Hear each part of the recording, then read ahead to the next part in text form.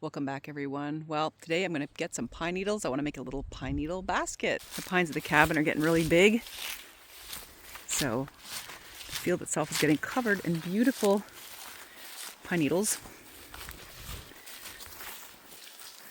Look through here, just lots and lots of pine needles to get for our little project.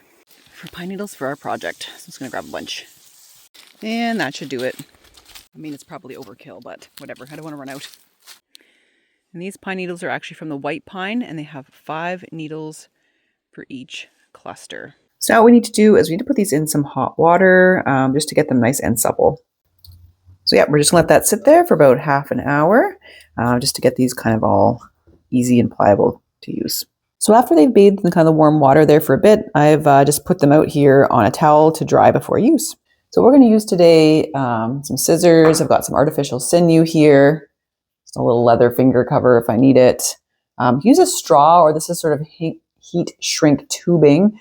Heat shrink tubing is a little bit more flexible to kind of, line up our pine needles like that so we can work with them. And I'm also going to use a cutting needle here to put the sinew around the needles to kind of form the basket. It is important to note before we begin today that pine needle basketry and sweetgrass basketry, for example, are very tied to Indigenous culture here in North America. And so today's video is not meant to be a tutorial for anyone. If you really want to know how to make the basketry, you should really speak with someone in the Indigenous community. These baskets were always woven with intention, passed down throughout the generations, are a link to cultural identity, and have been used, in ceremonies and in trade, and have been used to store, items. So do keep that in mind when you do pine needle basketry, that it is deeply rooted in Indigenous culture. So I need a fair bit of this. I'm just going to divide my artificial sinew here and cut a huge length of it. Once I'm doing that, I've just basically put the needles into my heat shrink tubing, and I'm going to cut off the little ends of the pine needles here. And what I'm going to do next is just tie a knot around here, and then I'm going to start coiling around the needles and just wrapping around basically just like that. Kind of just making the bottom of the part of the little bowl here. So as you can see, I'm just going around like so. And then I'm just going to kind of sew it together. Just kind of going through like that to attach it all. Bottom part together. I'm just going to go back.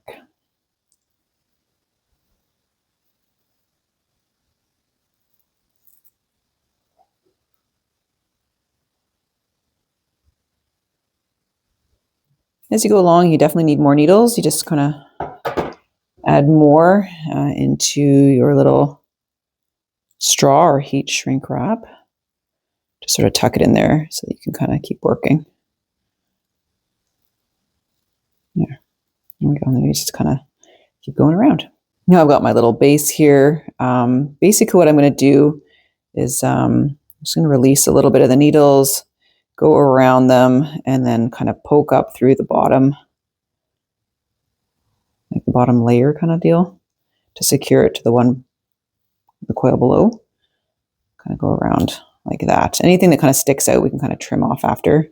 Again, I'm not an expert at this. This is the general idea. Let me just go back in again.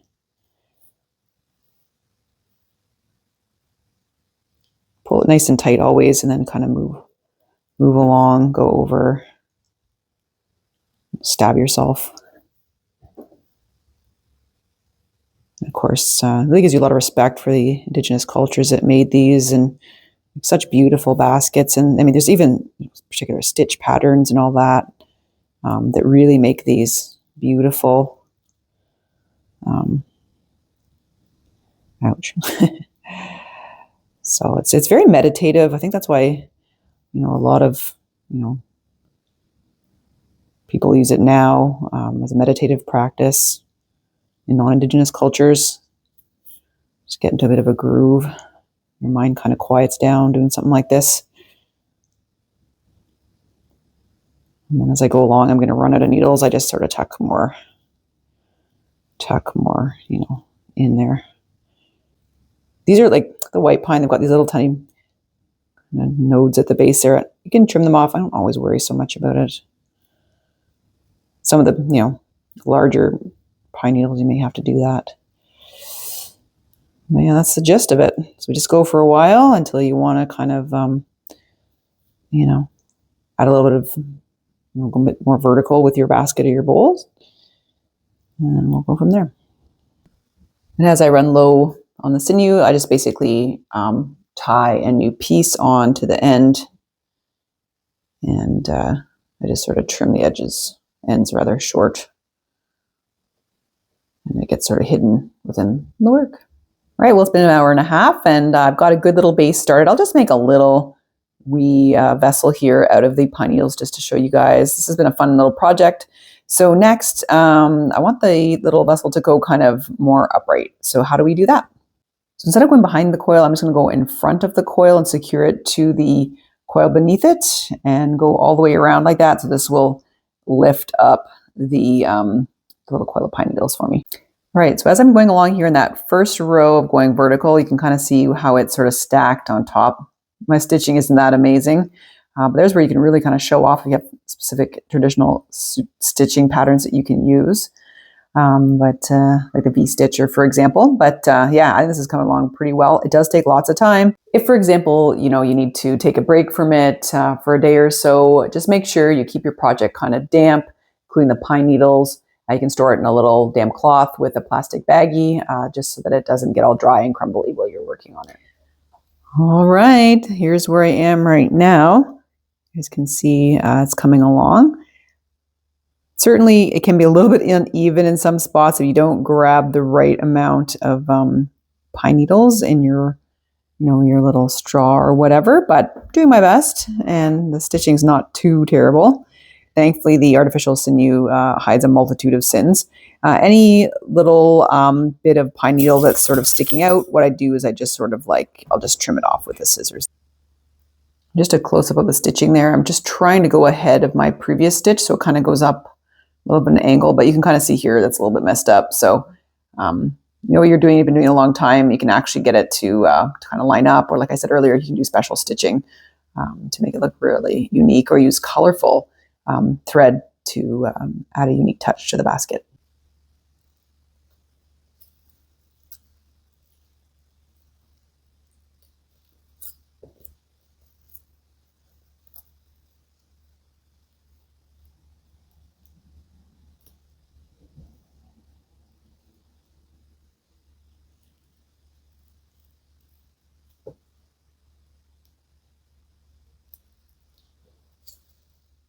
Well, more time has passed, and as you can see, this beautiful little basket is coming along very nicely. I'm just going to finish off this part of it now, and how I'm going to do that is I'm just going to let this kind of fizzle out.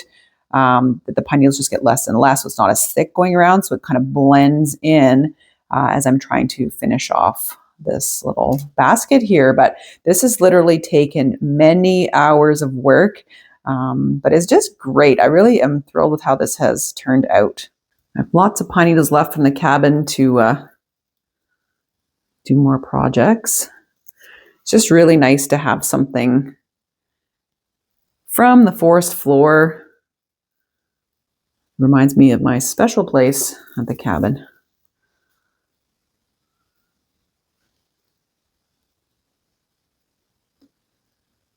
Definitely takes a lot of time and a lot of fussing around with things and make it just the way I want. And don't forget, if you're not super happy with it, you always pull out a stitch and redo it. Experiment along the way.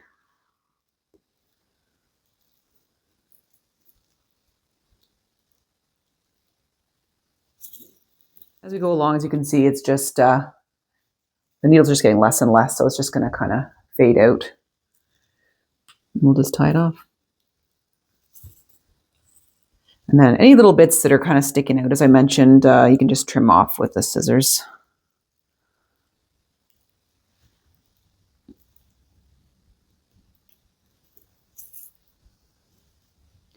If you like, you can always make a little lid for this, or a little tiny little miniature basket handle, which I might actually do. That might be a nice touch.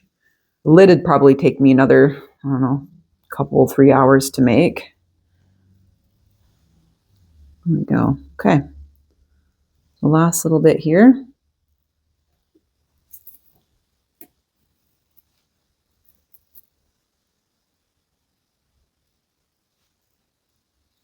Eventually I just take off my little, eventually I just take off this little straw. There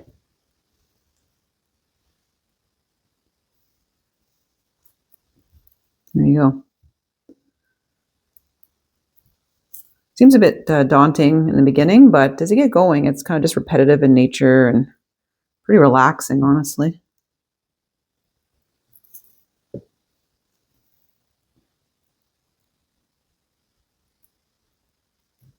There you go. Well, there you go.